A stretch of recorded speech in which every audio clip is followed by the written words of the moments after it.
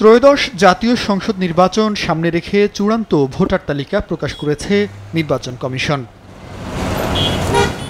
মঙ্গলবার দুপুরে এক সংবাদ সম্মেলনে ইসি সচিব জানান, আগামী জাতীয় নির্বাচনে ভোটাধিকার প্রয়োগের সুযোগ পাবেন 12,95,183 জন, যার মধ্যে পুরুষ ভোটার 6,48,14,907 জন এবং নারী ভোটার রয়েছেন 6,28,79,042 জন। 30 অক্টোবর পর্যন্ত যাদের বয়স 18 বছর হয়েছে তাদেরকে অন্তর্ভুক্ত করে একটা ভোটার তালিকা করা হয়েছে।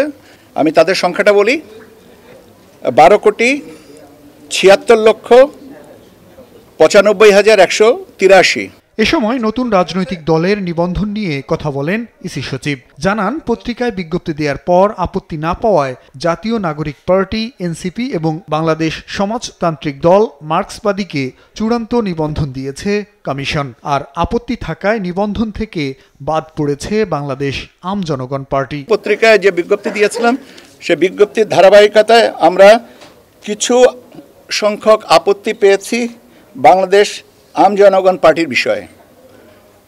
বাংলাদেশ সমাজতান্ত্রিক দল মার্ক্সবাদী এবং জাতীয় নাগরিক পার্টি এনসিপির বিষয়ে কোনো বিরূপ মতামত পাইনি। সেজন্য কমিশন সিদ্ধান্ত নিয়েছে যে জাতীয় নাগরিক পার্টি এনসিপি এবং বাংলাদেশ সমাজতান্ত্রিক দল মার্ক্সবাদী এই দুটোকে নিবন্ধন এ পর্যায়ে দেওয়া হবে।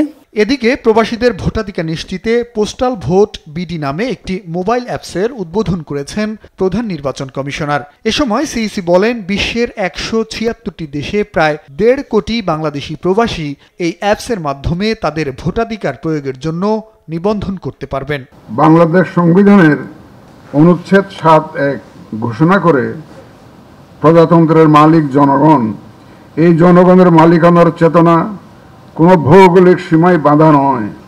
প্রবাসী বাংলাদেশিরা যেমন অর্থনৈতিক নাগরিকত্বে অবদান রাখছেন, তেমনি গণতান্ত্রিক নাগরিকত্বও তাদের অংশগ্রহণ অপরিহার্য। এতদিন এই প্রবাসী নাগরিকরা জাতীয় নির্বাচনে ভোট দেওয়ার মৌলিক অধিকার থেকে বঞ্চিত ছিলেন। আজকের এই উদ্যোগ সেই বঞ্চনার অবসান ঘটাচ্ছে। দেশের ইতিহাসে প্রথমবারের মতো কমিশনের এমন উদ্যোগ গণতন্ত্রকে আরও শক্তিশালী করবে বলে মন্তব্য করেন প্রধান নির্বাচন কমিশনার।